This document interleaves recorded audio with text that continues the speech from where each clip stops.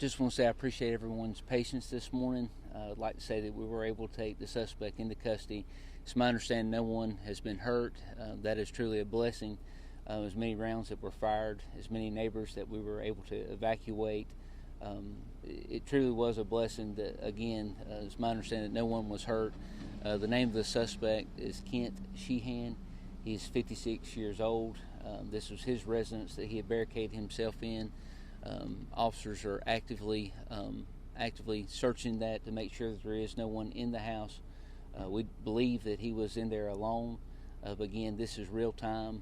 He was taken into custody approximately 5 minutes ago. Just want to thank each of the deputy sheriffs that were out there and spent all night in the rain trying to save this man's life, to have him to come out while he was shooting at us. And to my knowledge, no officer shot back, but we were able to take him into custody just moments ago. I still don't have all the information, the reasons why he was shooting in his neighborhood.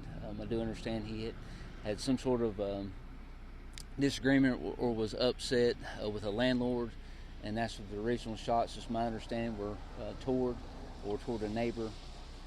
Still trying to get information, and there'll be more interviews done later today. We already have a search warrant typed up and ready to go to search the residence to get a better understanding how many shots were fired. It appears that there were 12 times that deputy sheriffs called out that they were taking fire, and some of those times there were multiple shots fired. We are very thankful that Henderson County and Cleveland County were able to send us armored vehicles to assist my deputy sheriffs and my CERT team who have been out all night, as well as our EMERT working with us in the Ellenboro Fire Department. We also had stage Rutherford-County EMS and Cleveland County EMS to make sure that if there were any injuries that we would be able to take care of them as quickly as possible. But again, this is still very, very fresh, and just a few minutes ago we were able to take him into custody. And again, it's my understanding that no one was hurt. I'm anxious to get more information and get to the scene. I know you guys were negotiating for several hours. What was it that brought him outside? I don't know particularly why he decided to come out when he did. We were unable to make contact with him for about 4 hours by phone. He reached out to us at one point. We tried both dispatcher as well as a negotiator. He would not come out. A deputy who had tried to get a rapport with him earlier tonight also tried to make contact with him by phone, and he would not come out. We also had a loudspeaker use of one of the armored cars from Henderson County, and that negotiator, the Rutherford County Sheriff's deputy, was inside trying to get him to come out. I don't know at what point there was tear gas used or gas that was used, and that I'm sure that had some sort of an idea, but I just hope that he just realized it was the right thing to do. But I can't get in his mind and tell you at what point he decided or why. But about 10 minutes ago now, he did decide to come out, and we were able to take him into custody. Do you know anything about his criminal history? I've been able to look at briefly tonight. He was not a convicted felon. He has been charged with felonies in the past. It's been years ago. He has been convicted of misdemeanors. Many of those were in the 90s. I think he might have had some traffic stuff pending now. Looks like most of his charges were in Polk County, North Carolina, but he apparently has been living here in Rutherford County for just a little time. I know neighbors were evacuated, but can you tell us a little bit about their status right now and how they'll be notified and they'll be able to get back into their homes? There looks like there was about 13 trailers around that area. We were able to evacuate all but two. Two of the residents decided that they did not want to leave. We will certainly be getting out information through you all. We'll hopefully have it completely safe and cleared momentarily. And I'm sure we'll also be getting information to the folks that went to the Ellenboro Fire Department that were evacuated earlier tonight, and let them know as well. So we can say that they're safe, they can come back? Momentarily, I'm sure that it's going to take just a little bit of time to get that trailer cleared, and as well as to open up the road, but it should be very quickly.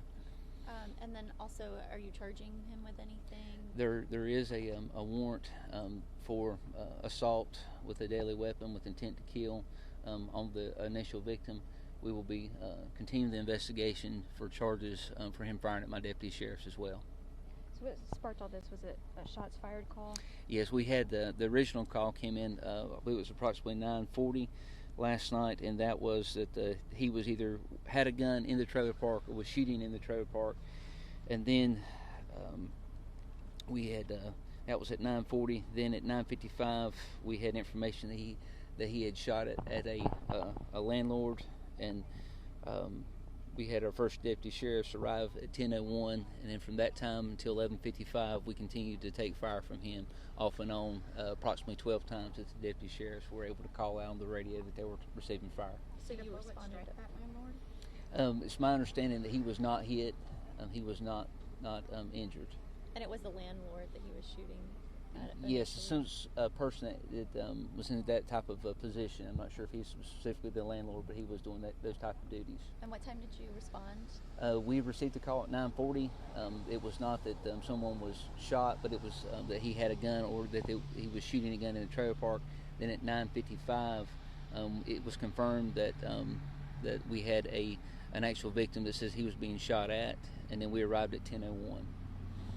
Can you spell his name for us? His last name is Sheehan, Shehan. It's K-E-S-T. That is correct, Kent, Kent. You said He's 56 years old.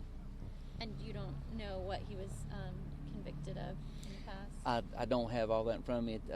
Again, some of those charges went back to the 90s. I believe there was some child abuse and assault on a female, but those were very, very old cases. Was anyone taken to the hospital just as a cautionary measure? Not to my knowledge at this time. It's possible that he may be.